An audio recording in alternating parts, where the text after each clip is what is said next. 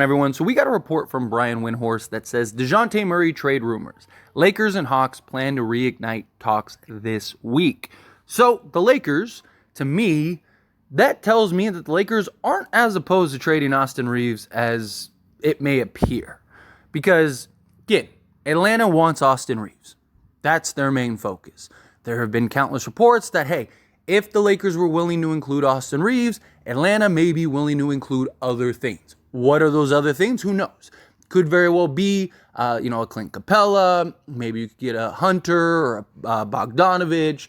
Maybe it's something small like a Sadiq Bey, or maybe they'll include Sacramento's first, which that wouldn't be bad because, like, let's say you get Dejounte Murray for like Austin Reeves and whatever else, right? Maybe you throw in Max Christie and, a salary filler, right? Something like that. You get Dejounte Murray, you give up a pick swap, but you get, say, Sacramento's first, right? So now you have 2 first-round picks rather than a pick and a pick swap, and one of those picks can be used now rather than like 7 years from now, and maybe that could be more enticing, and you could package, D'Lo, Rui, Gabe Vincent, plus 2 firsts, a couple seconds, whatever, to maybe go make some other moves. Maybe you can even convince them to throw in Sadiq Bey. Sadiq Bey, they're not planning on re-signing. They're going to let him go.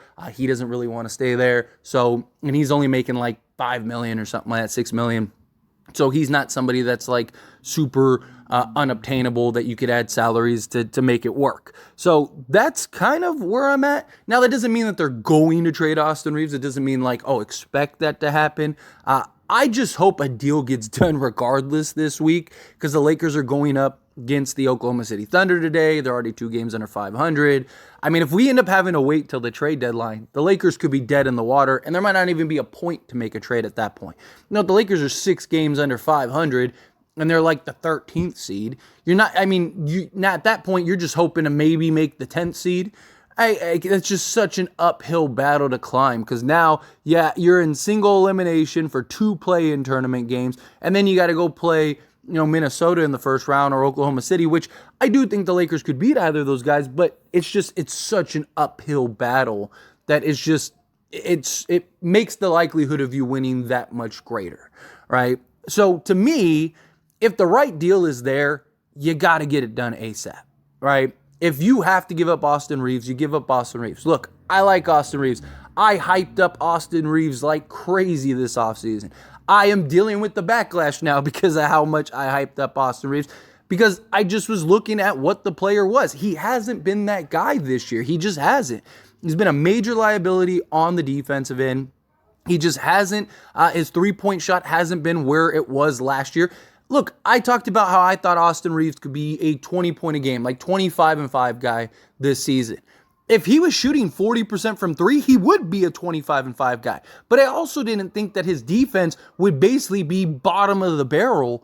I mean, last year he wasn't like a lead or anything, but he was at least serviceable enough to where you could keep him on the court and he wasn't a liability. Right now, the Lakers are like a -7 when he's on the court compared to last year where they were like a +4, something like that. Like there's just been this huge pendulum swing with Austin Reeves. And if you can get a clear upgrade, I think you have to do it. Now, what else can you get in that deal, right? Because look, Dejounte Murray by himself is not going to be enough to change the tide for the Lakers. It's just not, right? And I have concerns about the fit, right? Like, he's a guy that needs to be on ball. He's a guy that needs to play point guard. When he's allowed to play point guard, he's up there with the best of them in that category. He made an all-star team. He was an all-defensive guy when he was a starting point guard. The problem is he struggles playing off ball. He's been much better this year, don't get me wrong, but still, he is best with the ball in his hands. But playing alongside LeBron James, how much of an opportunity is he going to have to actually get to run the show and get to play what he's playing? Now, he is shooting close to 40% from 3. Hopefully that can continue. But he is a career 34% three-point shooter. And we know how guys get when they come to Lakers. Now, in a perfect world, he continues to shoot 40% from 3.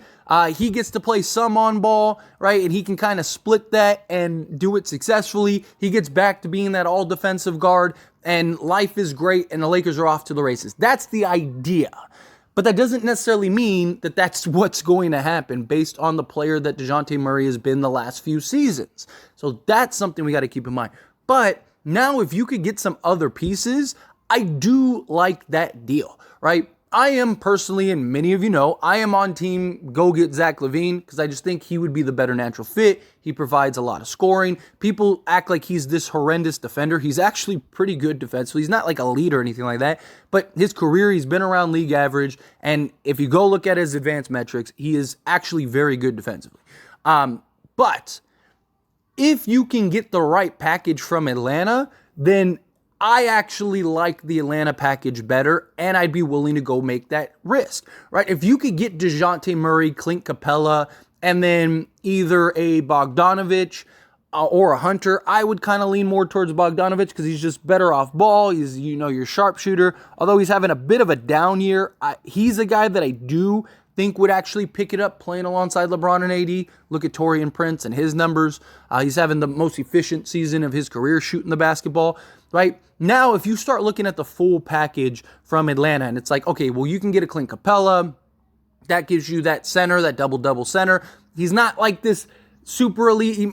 In my opinion, he's not worth $20 million a year. But again, beggars can't be choosers, right? Lakers aren't in a position to where they can go get superstar centers and stuff like that, or go get superstar players. But Clint Capella, alongside Anthony Davis, would elevate Clint Capella. It would make things easier for him. He could focus on the things that he is great at, right? Rebounding the basketball. He's averaging almost 5 offensive rebounds a game. He's one of the best offensive rebounders in the league, right? You get a guy like that, that gives the Lakers second chance opportunities. That gives the Lakers opportunity to score. Also, when Anthony Davis goes out of the game, you can run Clint Capella, and you still got that rim protection. You still got that rebounding, right? Those are the things that the Lakers desperately need. Go get Dejounte Murray. Again, I have concerns about his fit, but to me, the juice would be worth the squeeze at that point. At that point, you'd be able to get the risk because it's like, okay, if he does work, then not only do you have him working, but now you got Clint Capella, which is a clear upgrade over all the centers we have on the Lakers, outside of AD, of course. And then if you go get a Bogdanovich, well, now you got a sharpshooter, a guy who go get you 18 plus a game, and he's averaging nearly 18 a game, playing alongside Trae Young and Dejounte Murray. And Trae Young is one of the highest usage guys in the league, right? So I just think now you kind of fix most of your issues, most of your flaws. You still have the depth. You could literally start all 3 Atlanta guys with the Lakers if you wanted to. You have Bogdanovich as your starting 2, Murray as your point guard.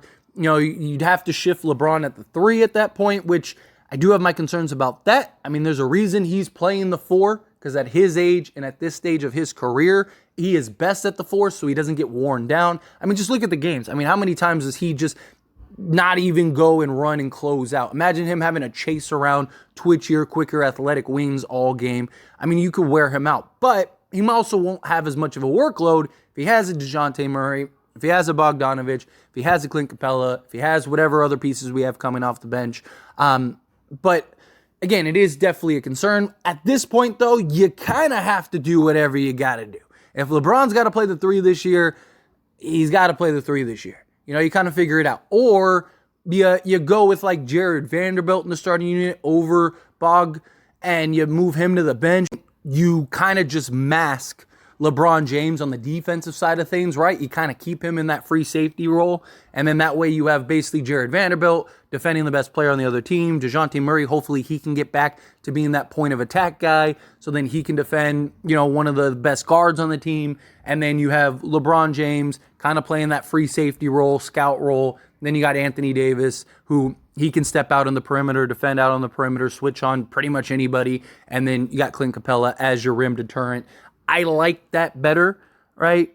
Yeah, I have concerns about the shooting and stuff, but I think defensively you'd be great, again, assuming Dejounte Murray can get back to being that real point-of-attack defensive guy, even if he's not all defensive type guy, as long as he can just be good defensively. And, I mean, he can't be much worse than Austin Reeves has been, where they're just targeting him possession after possession. Again, I like Dejounte Murray. I think Dejounte Murray is a good player. I think Dejounte Murray is a clear upgrade over Austin Reeves.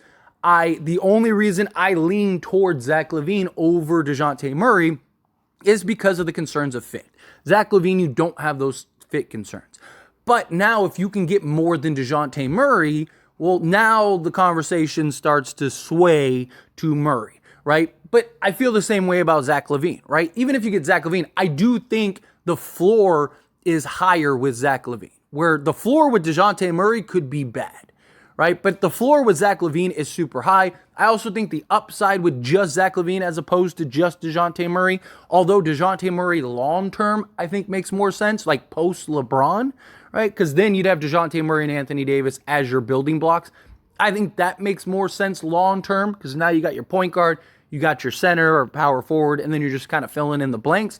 But I think alongside LeBron, alongside of AD, Zach LaVine makes the most sense as far as fit-wise goes. But even with Zach, what else are you getting? Because if you just get Zach LaVine, then no, I don't think that makes the Lakers this locked bona fide contender. But if you're willing to trade Austin Reeves, can you get an Alex Caruso? Can you get an Andre Drummond? Now at that point, now I think like, okay, that could be enough for you to win a championship. Because now you basically got your point of attack defensive guy. You got a guy that Alex Caruso shooting like 44% from three or 42% from three this season. So you got him. So you could literally start Zach LaVine, Alex Caruso. At that point, you could go Jared Vanderbilt because you have enough offense with Zach LaVine. I like that fit better. But again, if Dejounte Murray, Alex Caruso, Bogdanovich, or even like a Hunter or something, maybe you can even convince them still to include Saddiq Bey, even if you could get a Bogdanovich or something. Now it's like, okay, well, you just get more pieces that fill more needs, more gaps, right? At that point, I do think the risk and concerns of Dejounte Murray are outweighed, right? I think the pros are better than the cons at that point, right? Again, I like Dejounte Murray a lot, but there's no denying he has been terrible defensively, right? Will he be better? I think he will, but there's no guarantee. We only have the information that we have currently to go off of. You know, could he go back to being an all-star and being a top 3 point guard in the league this season with the Lakers? Sure. But is that realistic? I don't know. Probably not, right? Like, what is the information we have right now that is going to translate to the Lakers? Well, right now, he struggles off ball. Guess what? Playing alongside LeBron James and Anthony Davis, he's going from the second option to the third option, right? So guess what? That's going to make things difficult. Can he continue to improve off ball? 2, his three-point shooting for his career, 34%. Yes, he's shooting 40% this season. But we have plenty of evidence of guys just completely forgetting how to shoot when they come to Lakers. Look at Malik Beasley. Malik Beasley's been the best three-point shooter this season for Milwaukee Bucks and has just been lights out. But when he was with the Lakers, he couldn't even buy a bucket, right? So what's more likely, that he's going to go to 34% or he's going to go to 40%? But again, he's shooting 40% this year, so let's say he shoots 40% with the Lakers. That would be great, right? Defensively, he's been awful. Yes, he was a all-defensive guard 4 years ago or whatever it was. What is he now? He's nowhere near that. He's been terrible defensively, right? And on top of that, you add in the fact that he is not a good rim finisher. He's been terrible at finishing around the rim, right? So guess what? That is concerning. Those are all major glaring issues that could impact the Lakers in a negative light. If you can get Clint Capella, I think that solves a lot. Again, you solve your rebounding, you solve another shot blocker, you solve somebody that you can play alongside AD when AD goes to the bench. If AD misses a game, right, you got somebody that can kind of pick up the slack for you. That is great. And then if you go get that other sharpshooter, right, perfect. And then if you can also convince them to add Saddiq Bey, cool, right? Maybe you throw in a couple seconds or something like that to get Bey. I'm all for that. Now you got a legit 3-and-D guy, although the 3 is kind of inconsistent, right? He's either on or he's off, right? But he's still 24 years old, plenty of upside.